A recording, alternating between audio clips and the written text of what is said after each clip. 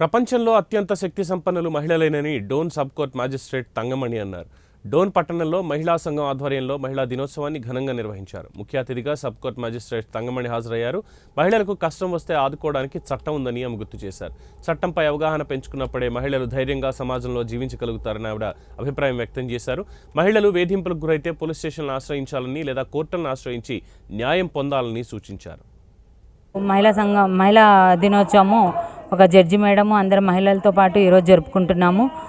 ఇంకా రాబోయే కాలంలో మహిళల మీద మహిళల కోసం హక్కులు పోరాటాలు ఇవి ఇంకా వేగవంతంగా చేస్తాము.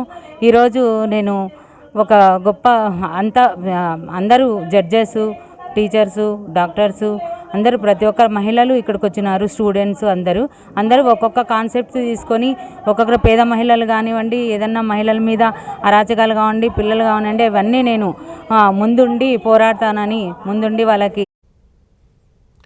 మహిళలు ఆర్థికంగా అభివృద్ధి చెందేందుకు కేంద్ర రాష్ట్ర ప్రభుత్వాలు కల్పించే పథకాలను సక్రమంగా సద్వినియోగం చేసుకోవాలని మహిళా సంఘం నాయకురాలు షమీం బేగం సూచించారు. చట్టాలపై అవగాహన పెంచుకోవాలని ఆమె మహిళలను కోరారు. ముఖ్య అతిథిగా హాజరైన మ్యాజిస్ట్రేట్ తంగమణికి మహిళలు శాలువా కప్పి ఘనంగా సన్మానించారు.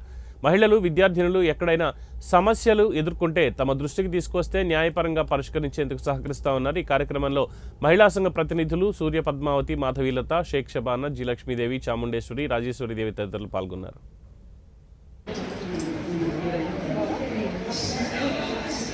అమ్మాయికి తెలియజెప్పాల్సిన అవసరం లేదా? ఎందుకు అమ్మ తప్పు, ఇది ఏం రాంగు, ఏం జరిగింది నీ జీవితంలో? ఆమెకు అర్థం చేసుకునే పరిపక్వత లేకపోవచ్చు, టీనేజ్ అలాంటిది. వీళ్ళు చెప్పినట్టు ప్రెషర్గా ఇంకొకటి పెళ్లి చేసుకుని వాటితో జీవితాంతము కాలం గడపాలా? ఇవన్నీ స్ట్రెస్ వల్ల ఏమవుతారు, వాళ్ళు ఆత్మహత్యకి దారితీస్తారు.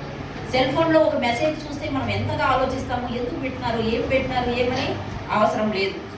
ఇవ్వగలిగితే ఇప్పుడు వ్యవస్థ ఏ విధంగా ఉంది? మనం పోయి పోలీస్ స్టేషన్లో ఒక కంప్లైంట్